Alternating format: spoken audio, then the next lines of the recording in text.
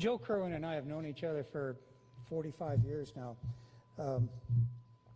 I got here in March of 1966 with the new group of the original 19 astronauts.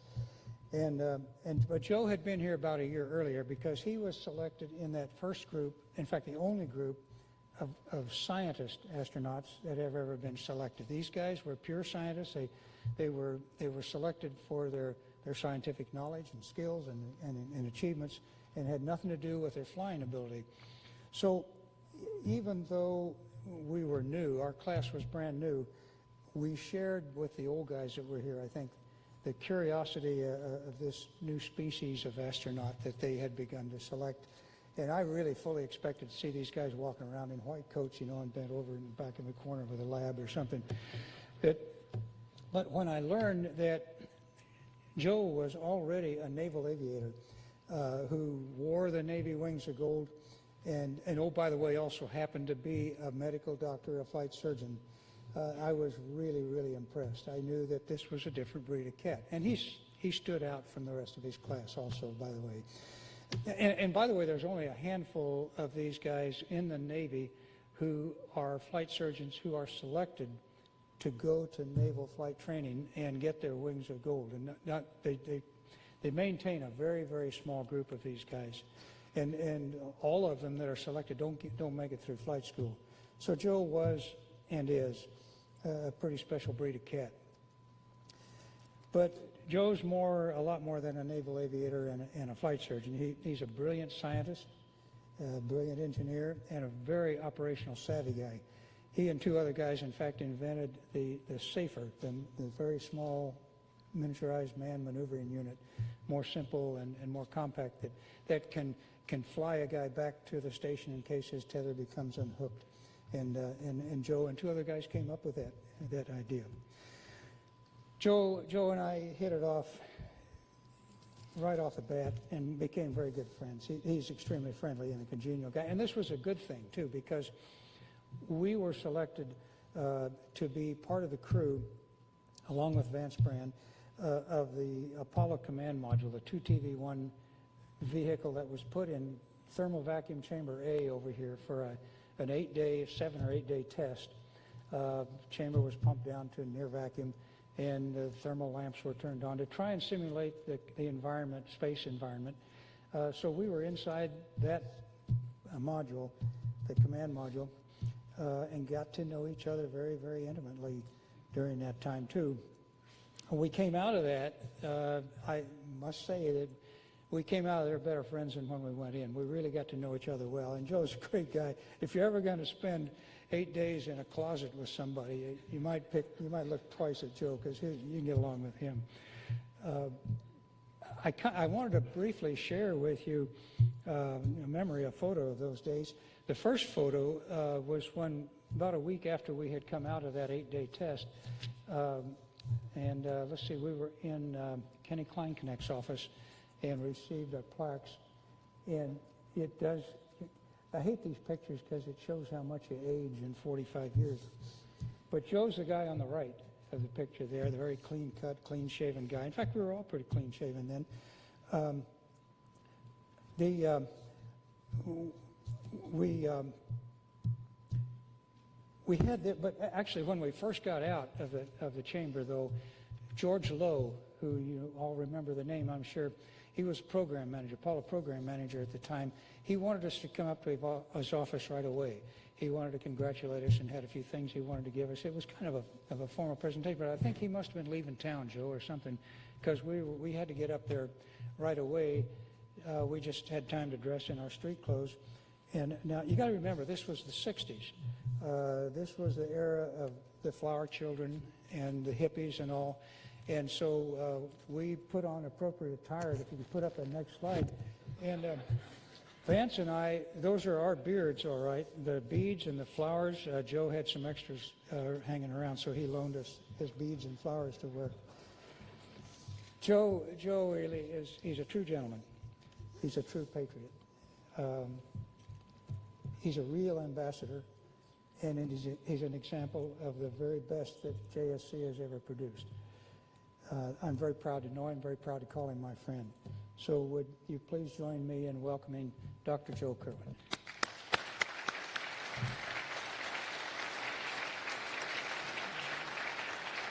Thank you, Joe. Here's your $10 for telling those lies. And I'll tell a few, too.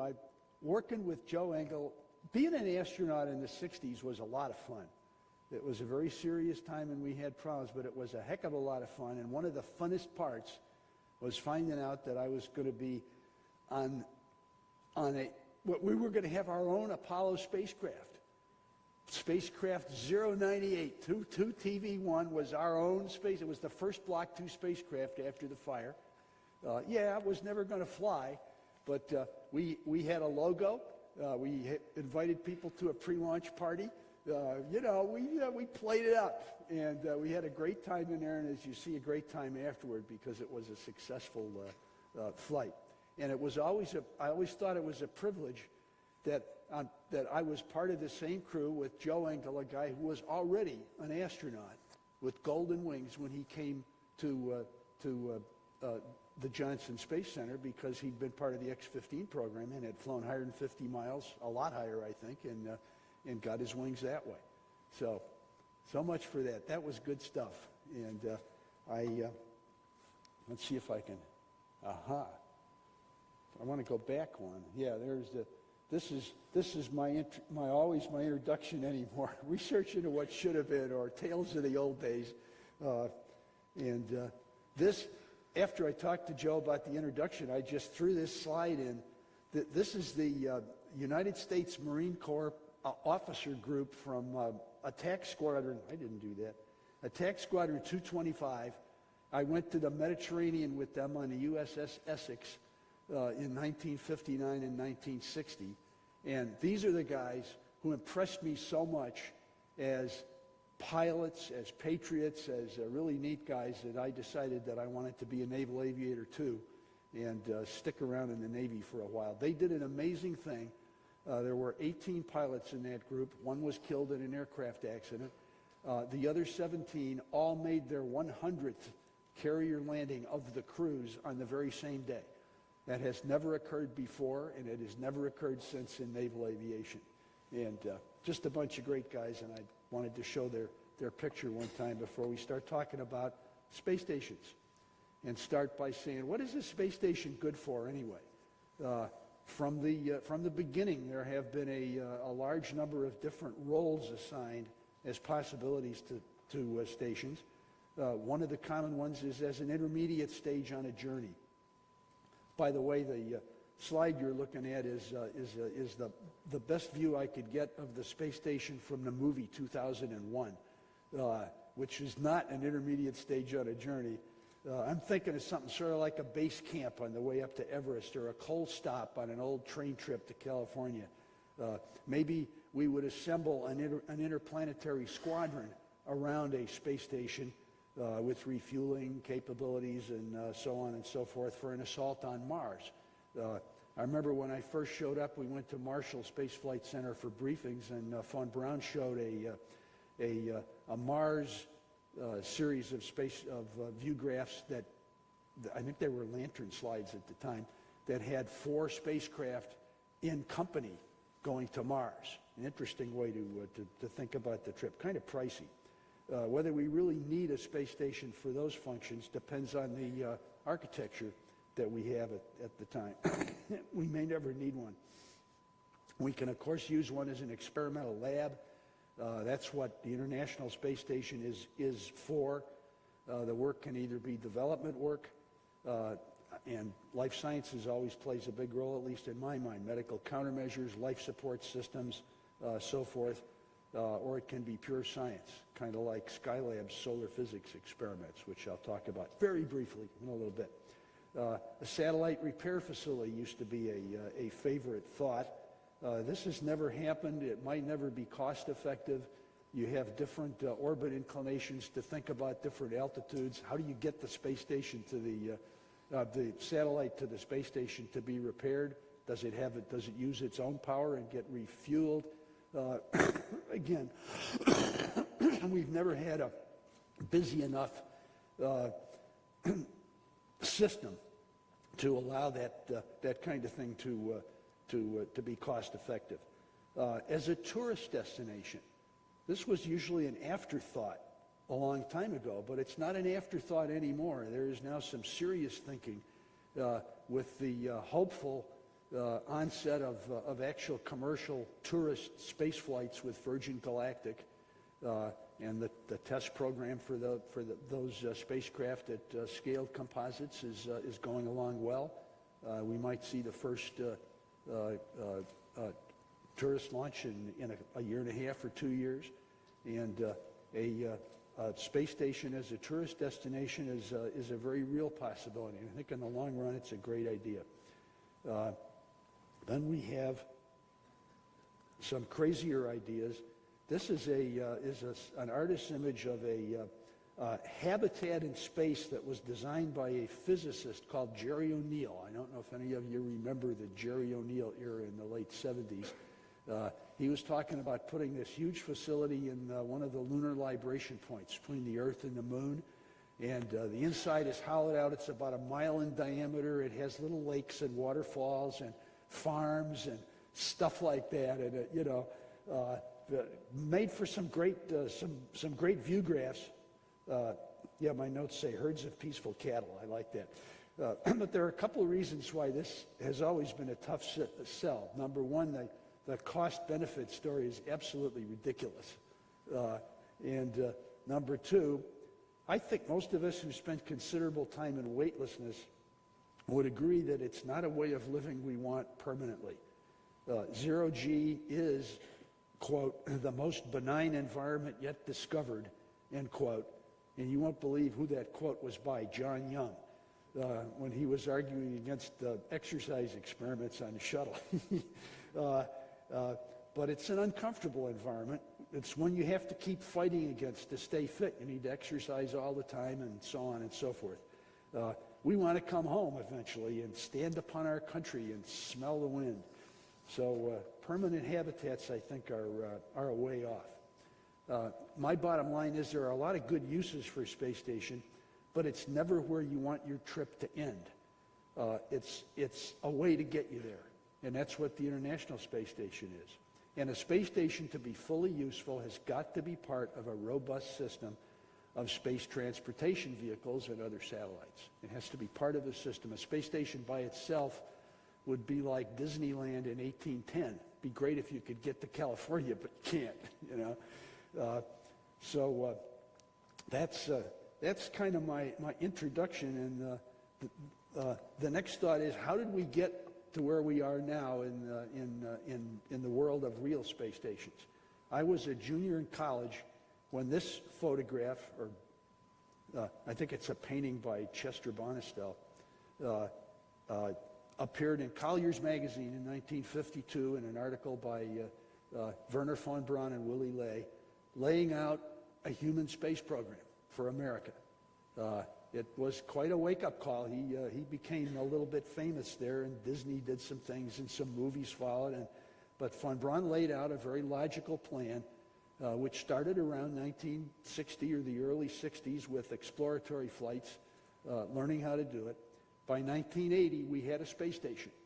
And we had a space station for the purposes of learning how to live in space, developing space hardware and so on, and getting ready for the big one, which was a landing on the moon in the year 2000. What happened? Well, Sputnik happened. And the Bay of Pigs, and Khrushchev's table-hammering threats, and Kennedy needing to correct the impression that the U.S. and the world had that the Soviets had great technological leadership over us. And we decided to go to the moon after one 3-orbit mission. I recently was looking at some of my old management documents and came upon a statement by Chris Kraft, made quite a bit later on, that he said, some of us NASA folks didn't think it was a very good idea when Kennedy said he was going to the moon, that we were going to the moon. We didn't know how we were going to do that. And I thought, that's interesting. He never said that in public when I came on board in 1965 and thought, are we really going to the moon? Well, these guys seem to know what they're doing. I trust them. And, of course, we got there. And meanwhile, though, von Braun didn't give up. Instead, he invented Skylab. a prototype space station using the third stage of his Saturn V booster, the S-4B, as a spent stage workshop. He and the gentleman at NASA headquarters invented this, sketched it out at a meeting in Huntsville in about 1965. That was the point in time at which NASA, still working on Project Gemini, learning how to rendezvous, learning how to do EVA and the other things we needed to do to go to the moon, began to realize that if we really landed on the moon in 1969, we were going to need a second act. NASA needed to decide what to do after the lunar landing program, and there was a host of good things we could do, and space station operations definitely played a role. So what we needed to start with was a prototype, an experiment in long-duration spaceflight. Is a space station feasible? I guess you could say in that sense we were test pilots, Joe, which I've never been other than that. The driving objectives were to demonstrate that humans could function properly in zero-G for up to 3 months, to collect the life support human factors data design requirements for a permanent station, and to demonstrate that significant science could be done by people floating around in space. We did accomplish those objectives, and I will talk about them just a little bit because space station or Skylab was my flight, and I have to say something about it. You've got to give me that indulgence.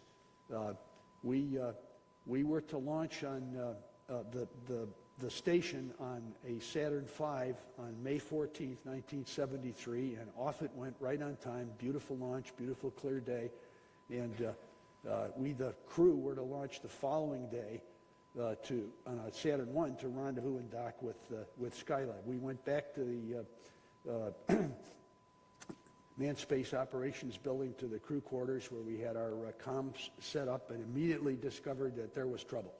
The Skylab had reached orbit, but temperatures were rising. There was no response from one of the two main solar panels. The other one, just a tiny trickle of current, and in a word, we had lost our heat shield from around the S-4B. It had taken off one half of our main power capability and locked the other half down, and we were in deep trouble. We went through a really inspiring 10-day period where the engineers saved Skylab by devising 3 different ways to cool the spacecraft by putting an external parasol, and we had 3 of them when we launched. We'd never seen before. And then beginning to work on tools that we might need to pry up the solar panel. That was before they had any pictures. We went up, this was a picture we took during our fly around. We launched 10 days late. And this picture shows on the lower right the remaining solar panel cover open about 18 inches with a little bit of sunshine coming in on those folded up panels. The short story is that the day following launch, we got the first parasol up, and the temperatures in the workshop came down from over 130 to the high 80s, which was a nice dry heat, and we were able to work nicely in that and go up toward the command module and docking adapter to cool off and have it tang. But the first 2 weeks in the station were austere because we had so little power. The solar telescope, I need to go back to that and point out that the orbital workshop is on your left, and you see it with one solar panel. The other is on the side you can't see. And coming up in the middle of that cluster between the workshop and the command module is what they call the Apollo telescope mount. It was a group of 7 high-power telescopes and cameras, all to be pointed accurately at the sun, to explore the sun in various wavelengths. We could track targets. We could take film and video pictures. It was a terrific tool, and it had its own solar panels that accounted for about 1/3 of the power available to Skylab. Fortunately, they were all ganged together. So we were living off that power. We had to turn lights out whenever we left an area. We weren't allowed to heat the coffee. The shower was out of the question. We had a shower up there. And it was clear that, we tried an Earth Resources Pass once in which you take the whole spacecraft out of the pointing to the sun attitude, and you do it in a local vertical attitude so you can track targets and take high quality photographs. And when we moved the solar panels, the ones that were up out of direct sunlight, the batteries began to discharge and lights went off and bells clanged, and they said, "Quick, get back to solar inertial." And we never did that again until we had the power. So we went out on about the 14th day, and this is a picture Weitz took of me through one of the windows. We didn't take any cameras outside. We went out with tools, a telephone company cable cutter, and five 5-foot sections of aluminum pipe that we screwed together, and some ropes, and pried up that solar panel. There is no photograph of it, but somebody, an artist afterward, did this rather accurate compendium. We went around to a place where there was a stub of an antenna that you could kind of wrap one hand around. We learned how to point the limb lopper out and capture the scrap of aluminum that was holding down the solar panel, cut it halfway through. Then Pete used that as a handhold to go out and put another rope and hook it onto to the back of the solar panel cover, and I tightened it up and fastened it to a spar, and then the two of us got under that rope and stood up. And when we put 200 pounds of tension on the frozen joint, man, it popped open, and we went head over heels into outer space, connected by our sturdy umbilicals, and by the time we got back down to something and turned around, that thing was fully erect, and the solar panels were starting to come out, and that really felt good, because we knew Houston would love us for the rest of the mission, no matter what we did wrong. We knew that the crews of the second and third flights were down there cheering, because now they had flights again, which they wouldn't have had, and it was just a really nice day. So then we went about the business of qualifying human beings, and there was considerable nervousness in the medical guys about 4 weeks in space, just because not only had we seen some changes in our 2-week flight earlier, but the Russians had launched a space station flight, a primitive space station flight, about 7 months before Skylab. Stayed up, a crew of 3, for 23 days, deorbited and landed in their usual spot, and the crew were all dead. And that was a moment of thoughtful silence. We found out by a back channel that they had a loss of pressure in the spacecraft and had died of hypoxia, not of duration-related problems. But then the scientists in the United States launched a monkey on a biosatellite mission, which launched within a few days of the launch of Apollo 11 in 1969 for a 30-day mission with a monkey to prove out the safety of space before Skylab. Well, this monkey lasted 8 days. He became moribund in the spacecraft. They brought it down, got him to Hawaii, and he died several hours after recovery. And these guys, these scientists, formed an angry group and went to Washington and demanded of the Congress that they stop the Skylab program because this magnificently performed experiment had resulted in the death of the monkey. Fortunately, cooler heads prevailed. Even the congressmen were smart enough to say, well, we've flown, I forget how many, 30-some human beings by that time, and for 8 days, some of them, and they all seemed fine. What's the problem? So we pressed on to Skylab, but the doctors were nervous. And when we found out that we couldn't properly ride the bicycle the first few times we tried it, they got much more nervous. We were up there with a complicated harness, shoulder straps and a big waist belt and bungee cords that held us down onto the bicycle seat and fastened to the floor. Try riding a bike that way and getting your heart rate up. The straps cut into your thighs and cut off the circulation to your legs, and your muscles hurt. You have to quit early.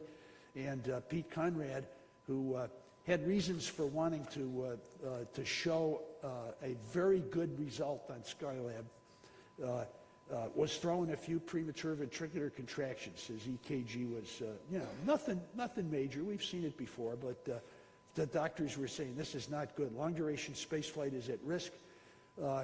And on day 11, the twain met. We found out how to ride the bike, which was by throwing away the harness and letting our head just ride up on the surface, which is what P.J. Weitz is doing here.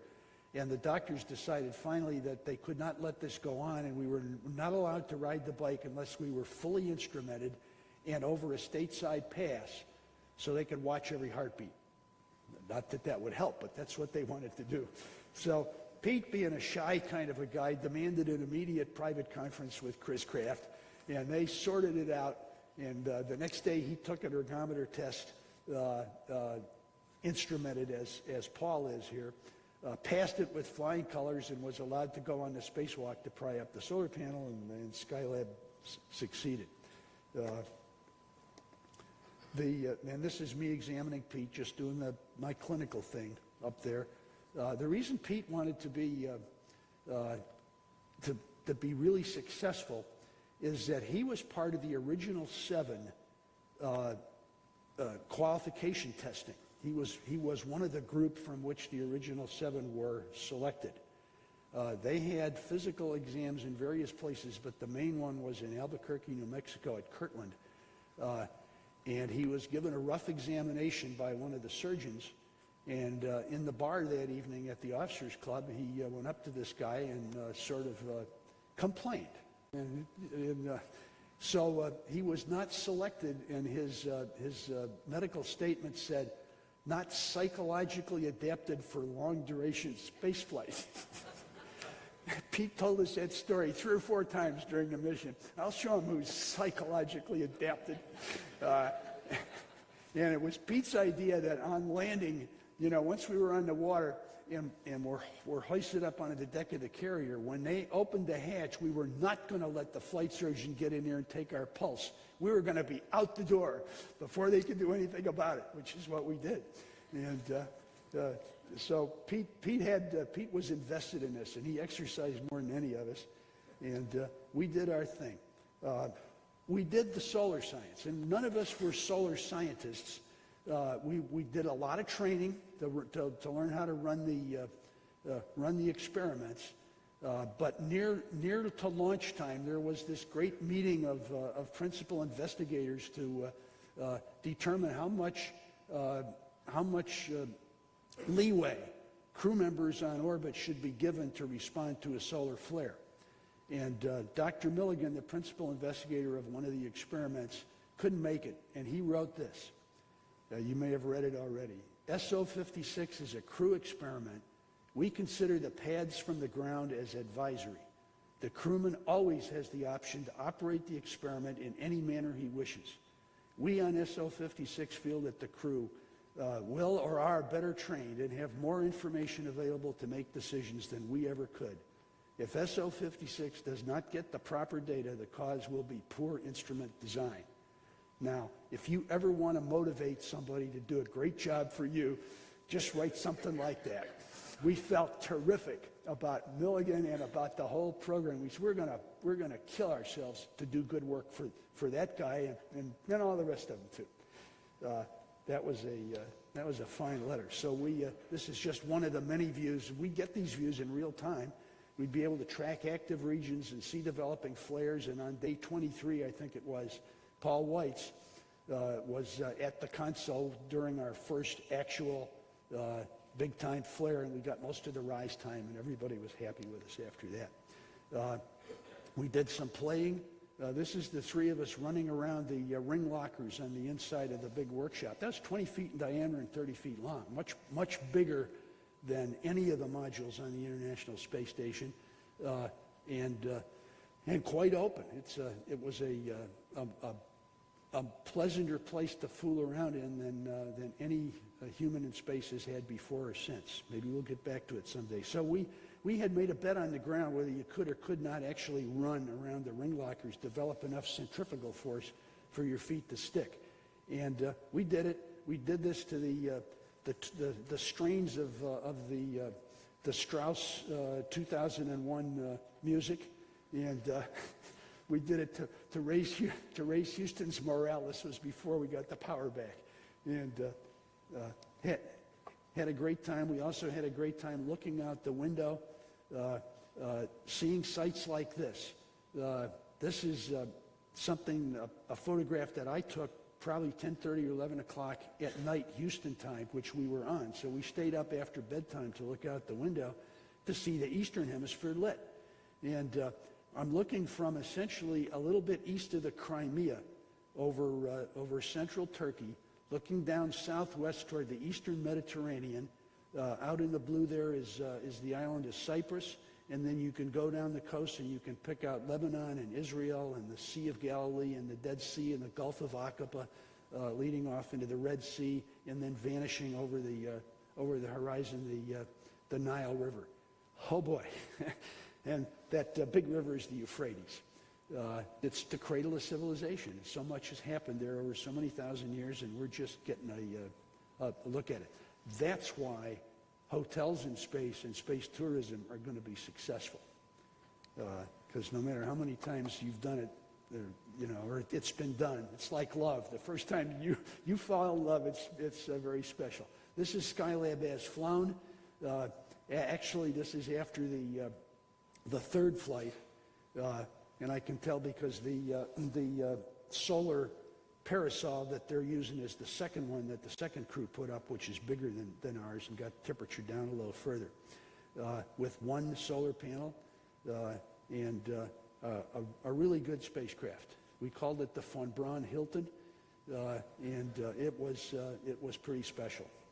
So our prototype space station was successful. The space station, the shuttle program by that time had been approved and was in the early phases of design. And obviously we felt that we'd set the stage for a permanent space station, but we certainly weren't going to get one until the shuttle had not only finished being designed, but had flown and proven to be an effective transportation system. So in 1975, NASA had a year-long study called the Outlook for Space, and Joe Allen and I were privileged to be on the 20-man team for that, 20-person team for that study, to outline NASA's priorities from 1980 to 2000. The leader was a guy named Don Harth, who was director at Langley, and when we were all done, we went around the country briefing the various centers and folks on this, and Don would always start out by saying, I'm going to tell you a story. There was a NASA engineer type who was convicted of a major crime and sentenced to death. And the executioner said, Mr. Jones, before we carry out the sentence, do you have any last words? And he said, yes, I do. First slide, please. And he'd go into his pitch. And at our first meeting, Mr. Harth conducted straw votes on several interesting questions, one of which was, should the U.S. develop a space station? And the vote was 18-2 against. But Joe Allen and I went to work, and at the end of the year, the final vote was 17-1 in favor with 2 abstentions. 2 of the science types just still couldn't take it. But it was not the International Space Station. A guy named Bob Pyland, whom one or two of you may remember, a very fine director of engineering here, summed it up like this. He said, space processing, physical and chemical research, and various aspects of the life science discipline provide a justification for the pursuit of a modest but permanent space station. The need for larger and more expensive space station activities may derive from the results of these activities. Very sensible. Start small and grow. So we wrote our conclusion, and I stated it in verse as follows. The study group respectfully would thus advise the nation, we've built a railroad into space, and now we need a station. And again, you've got to have the system in place or the station doesn't make any sense. So along we went, and in 1980, we still weren't flying, so they still had to do something with astronauts, so I got sent to a NASA-sponsored summer study at Woods Hole of the human role in space. which included a critical review of a space station study prototype called the Space Operations Center, SOC. This was a bunch of scientists down there, plus James Michener, who's a really neat author. And I thought they would hate the Space Operations Center, but they didn't. They loved it instead because it was operational. It didn't monopolize science. It supported it. It started small, grew slowly, had 4 modules, didn't threaten big unmanned space projects like Hubble Space Telescope and the other things that they wanted to see done. I've always thought in hindsight we passed through the right design in 1980 and never quite got back. Of course, it was 1984 before President Reagan gave his permanent presence speech, and the space station Freedom was submitted to Congress. This was the reference configuration out of Phase B. Again, it was fairly modest. It had more power and more external truss than the Space Operations Center. It was gravity gradient stable, which meant it was a very efficient. It required low fuel consumption for attitude maintenance.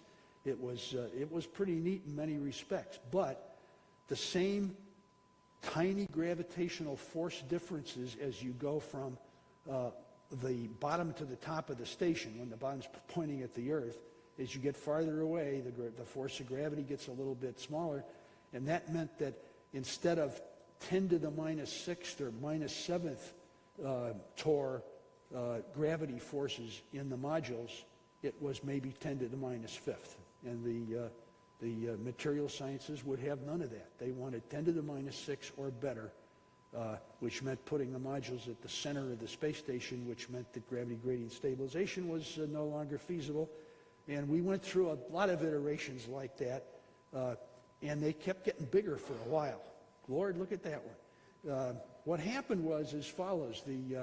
When Reagan sent the station to Congress, Congress was not happy. They wanted to be assured of political support for the $8 billion investment, which was Reagan's ceiling, and that was a lot of money at the time. They refused to fund it fully until proof was given that there'd be lots of science to do on Freedom. So NASA went forth and begged for experiments from all the scientific disciplines, and they got them. Even the opponents of the station didn't want to be left out just in case, and soon we had the famous Langley database with literally thousands of experiments grouped by different disciplines. And there again were just a couple of problems. One, there wasn't enough money in Fort Knox to fund all those experiments. No way. And two, doing them would call for a very large and complicated facility, far in excess of the budget and straining our resupply capability as far as we could forecast it then in the mid-'80s. So we went to a somewhat more modest scrub, and this was the baseline for the Phase CD proposals in 1986 for a 1987 go-ahead.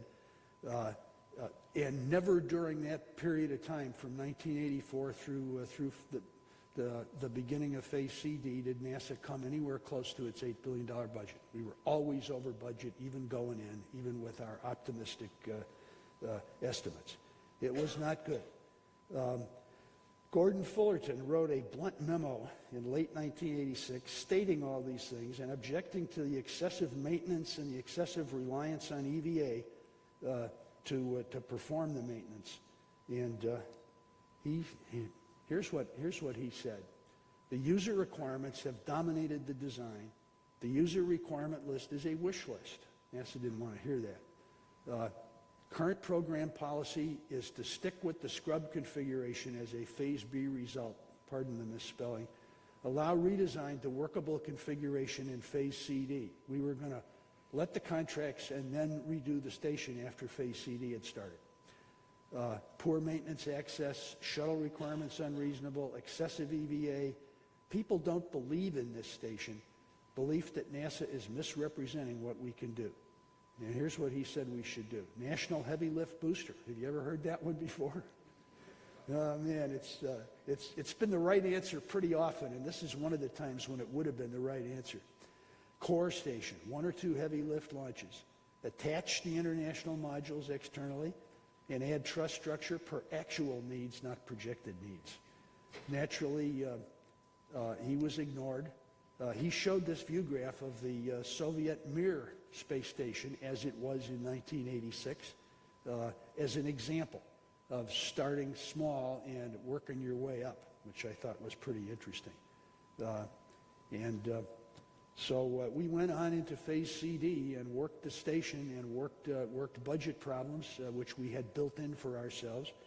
And if we had solved those problems by 1992, there might never have been an international space station with the massive Russian participation that we got. And it was working out those problems with good center management, but it was too late. A new administration came in 1993, and Reagan Station was doomed. First it was canceled, then they said, well, we'll do a massive redesign study. So they did a massive redesign study. I was with Lockheed at the time and was on their team working on one of the options. They had three options. You are looking at option C, and if you were Gordon Fullerton, you had to shake your head with unbelief and say, why didn't they do that in 1986? That's the core module delivered by a shuttle-based heavy lift launch vehicle, et cetera, et cetera. You know, it's my station. Unfortunately, option C was not selected. As a matter of fact, neither option A, B, or C was selected. Another group had been working with the Russians in secret off on the side, and that one was selected in September. And off we went on the International Space Station. Now, having said how we stumbled into what we've got, I want to say very clearly that I have enormous admiration for the management team that pushed through their problems and brought us the great station we have today. Mr. Gerstenmaier stands with George Lowe and Bob Thompson and Aaron Cohen and the other great NASA program managers in our history. But we lack a transportation system. We lack the system, the infrastructure to make a station optimally useful. It's a station without a train. It's outlived the show. Constellation, I think, has been canceled. I have to read the daily paper to find out what the latest status is. Where are we going from here? I was supposed to show ISS while I talked about that. But I went to the next one. And you'll say, what? What is Kerwin trying to tell us now? Thinking about our past adventures, you notice that things don't always turn out the way you plan them. Vanguard was an example. This was our first attempt at launching something into orbit after Sputnik, the Navy Vanguard booster, which ended in disaster with the little grapefruit-sized payload lying there on the sand going beep, beep, beep. That was when von Braun stepped up and said, I can launch in 90 days, and did. But von Braun, his original sequence of spaceflight was totally changed. Apollo 13 is an example of unplanned disaster occurring and being overcome. Skylab, we dealt with that near-fatal launch damage. And the Constellation program is just the latest example of a well-planned program, but one of too long duration to survive enough government transitions and to get to where it will be successful. We can still do some good here. We life sciences types want to use the International Space Station to finish getting ready for deep space, perfecting countermeasures, improving medical care, understanding radiation, and some more things. We can do that, and we will. And then we'll see where NASA is ready to go from there. The future hasn't happened yet, and we Americans have the will and ingenuity to create one that we like, and I think we will. And for all those of you out there who are 30 or 40 years younger than me, these are the good old days about which you will look back pleasantly when you're as old as I am. And I'm ready to take questions, comments, tomatoes, whatever you got.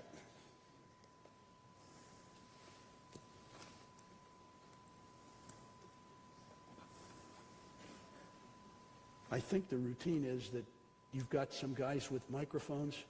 Yeah. And so if anybody has something they want to say, just raise your hand.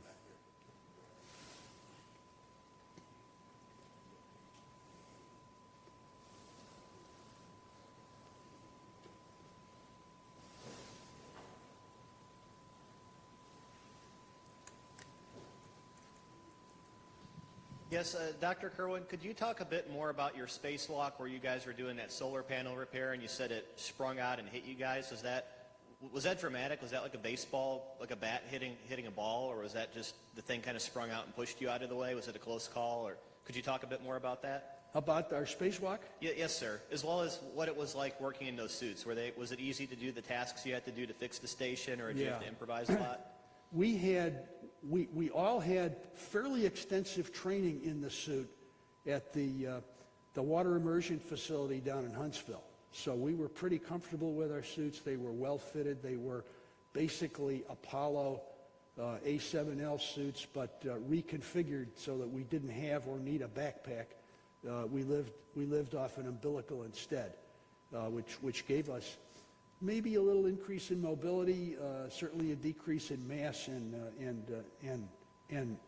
volume. So although we were not trained to do external repair, nor was Skylab configured to do external repair, the only reason we had the suits was the Apollo telescope mount. Those solar physics cameras required old film to be collected and new film to be reinstalled about every 28 days. Thank the Lord we had done that, and we're ready. So when we went up there, we took a bunch of pictures and sent the video back to Houston. And here on the ground, the engineers and the backup crew devised a possible way of prying up the solar panel, and went and tried it again in the water immersion facility in Huntsville. And finally, on about day 10 or 11, Rusty Schweikert got on the horn and gave us a detailed blow-by-blow account of what he thought would work, told us what equipment was available as handholds, just one antenna, as a matter of fact. I said, how much force can we put on that antenna? He said, well, about 40 pounds. And it's pretty hard in a pressurized suit to calibrate 40 pounds of force. But we said, okay.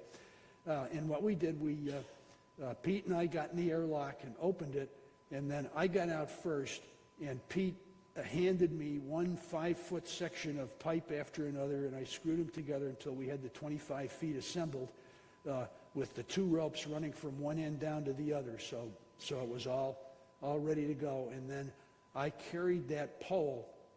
Actually, I went out by myself, and Pete then came out and handed me the pole, and we went halfway around the side of the Skylab to the place closest to the stuck solar panel. We were still, we were a good 25 feet away from where we had to be, and there were no handholds, no footholds, no lighting, but we didn't really have suit problems, except that once we got into place and the sun rose and we were ready to go to. The job was at the other end of the 25-foot pole were the jaws of this cable cutter, about that big. And Pete was to hold my legs, and I was to drop the jaws onto that scrap of aluminum that was holding the solar panel down.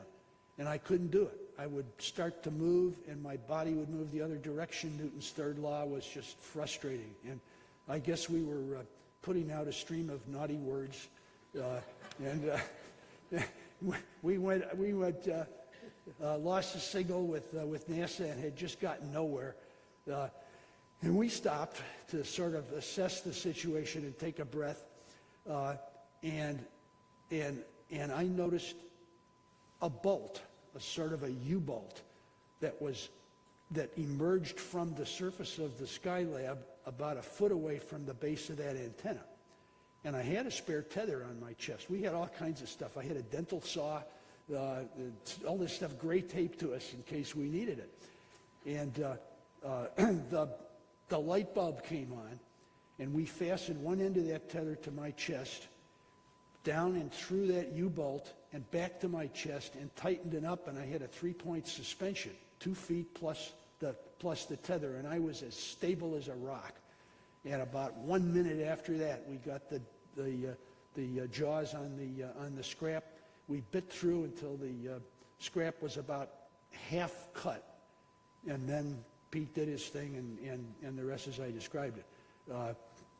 And when that was over, the hardest part of the whole EVA was stuffing the 60 feet of umbilicals, the 120 feet of umbilicals, 60 for each of us, back into the airlock and putting it back in those little spheres. Before we did that, we went out to the sun end of the Apollo telescope mount just to check out the handholds and footholds and do a couple little chores that NASA had for us. And the sight from up there was so magnificent. It was the middle of the day, so the sun was directly overhead. The Earth was down here, and you were king of the hill up there, man.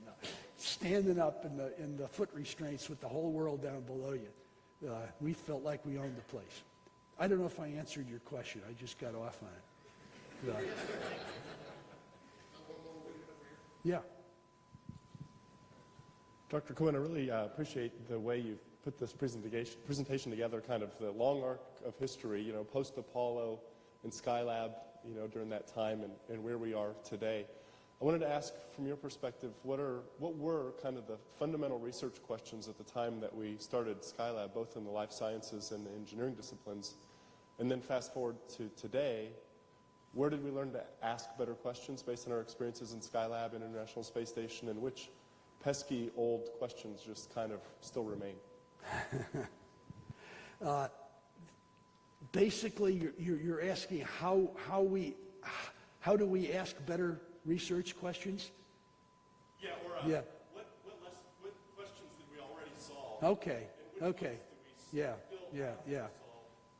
I have a whole nother talk which is on life sciences in space, and the gist of that is that in the first several years through the end of the Apollo program, both the doctors and the research scientists were very frustrated because they weren't getting any real data from weightlessness. They were getting pre- and post-flight data. They were, you lost weight, you may have passed out in the shower after an Apollo mission, your red cell count is down. A couple of the crew members on Apollo 15 had heart irregularities. Data that's hard to interpret. What's really going on? So Skylab was the first chance to actually do in-flight experiments, to actually collect data in flight. We did a total intake and output study on Skylab, which meant that everything we ate, everything we drank, and any liquid or solid stuff that came out of us, they gave up on sweat, was measured, and samples of it, or the whole thing, were returned to Earth. That's a hospital study, and it's hard to do even in a hospital, and we did it in a spacecraft. I don't think anybody will ever want to do it again, but we did it well. And somehow, from nowhere, this group of experiments came together on Skylab that astonished me because they were as complete as they could be. They hit the major points, and we got a lot of answers that we needed to get about the basic processes going on. And without going into any more detail, other than to say that the one countermeasure that over 3 flights showed itself to be essential and effective was exercise. We didn't know exactly what the exercise prescription needed to be. We didn't know what happened past 90 days.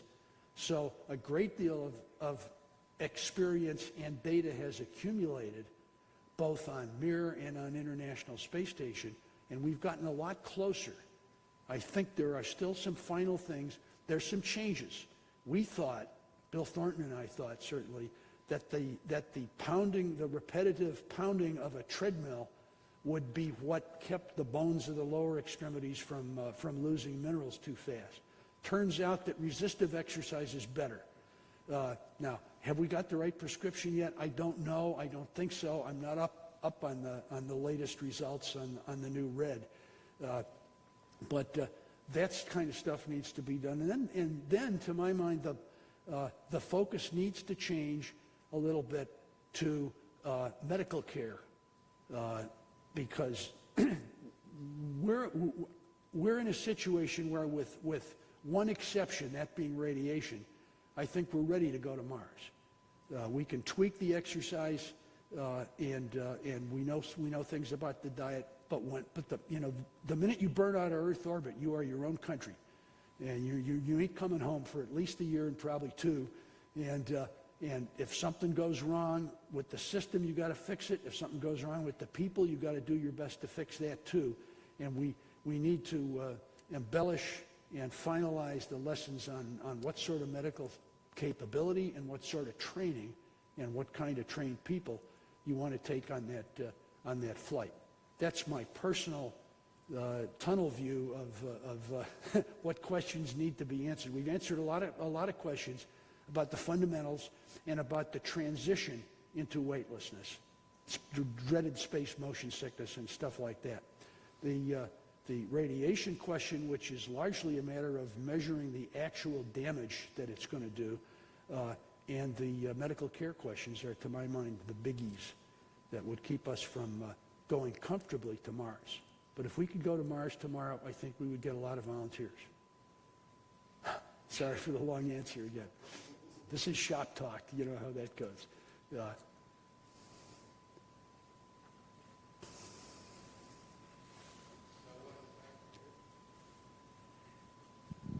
Hi. Howdy. Got a question for you. If you considered both the resource implications and the medical implications, at what pressure would you put a spacecraft going to Mars or an asteroid for a long duration? I didn't get the gist of the question. At what pressure would you operate the spacecraft at? So as you're transitioning, say, to Mars or to an asteroid, what pressure would you operate? Atmospheric pressures. That's another thing we had a lot of fun with. Yeah. I've always been a low pressure kind of a guy, just because if you want to eliminate both pre-breathing and bends and go outside on a spacewalk whenever you want to, sea level is not where you want to start. Of the studies that have been done, obviously in Apollo we were at 5 psi, which is about as low as you want to go physiologically. The Skylab 5 psi, 70% oxygen, 30% nitrogen was a very nice atmosphere. It was physiologically, we had a sea level equivalent oxygen in our tissues, and it was bends proof. So it was good, but 5 psi is considered too low for cooling if you're using air cooling. The oxygen concentration is too high for comfort from a flammability point of view. Requires a lot of discipline on what you fly. And it seems to me that the later studies have arrived at higher than 5, somewhere around 7.5 or 8. Close to 50-50, or maybe even a little more nitrogen than that. But definitely below sea level pressure, because the gains you make in mobility and the losing the need to pre-breathe overnight or so before you go outside show that that's an advantage. And medically, I remember before Space Station was designed at a 14.7 psi, we had a terrific battle over this, and scientist after scientist got up and declared that if we didn't go sea level pressure, our baseline data would be useless, and we would have to devise an expensive facility and put it here at JSC where we could do 3-month to 6-month studies of human beings under that reduced pressure so as to get a valid baseline. But nobody has ever published any criticism of the Skylab data based on the pressure. So I don't think that's a real problem.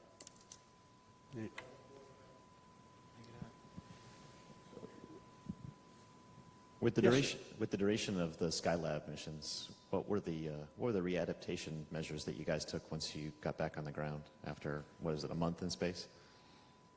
Compared to the space station crews usually being up there for 6 months. Say it again slowly. My hearing aids are not getting all the consonants. Oh, I'm sorry. Yeah. The readaptation measures that you guys did in the early 70s for the 1 month periods in space compared to the 6 months that they spend on the ISS today. Okay. In you probably all heard the question better than I do, and I finally got it. It was about the rehabilitation after extended duration weightlessness. We didn't have a rehab program after Skylab. We had a, take it easy for a while. We're not going to let you get back in the T-38 for a week, and be gentle about resuming your exercise program and just go at your own pace. And one or two guys, Ed Gibson comes to mind, tried to go out and do too much too soon and develop back problems that set him back another couple of months. But basically, the rehab was shown to be desirable, if not necessary, during the Mir ISS program, and I think that you all have a much better handle on it now than we do. I would be interested in seeing an experiment take place devised to show how much a deconditioned crew member after 6 months in space can do on a simulated Mars surface. What kind of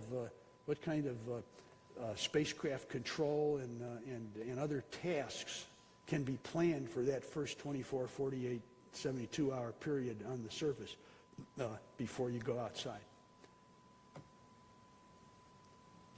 Okay. Thank you all for coming.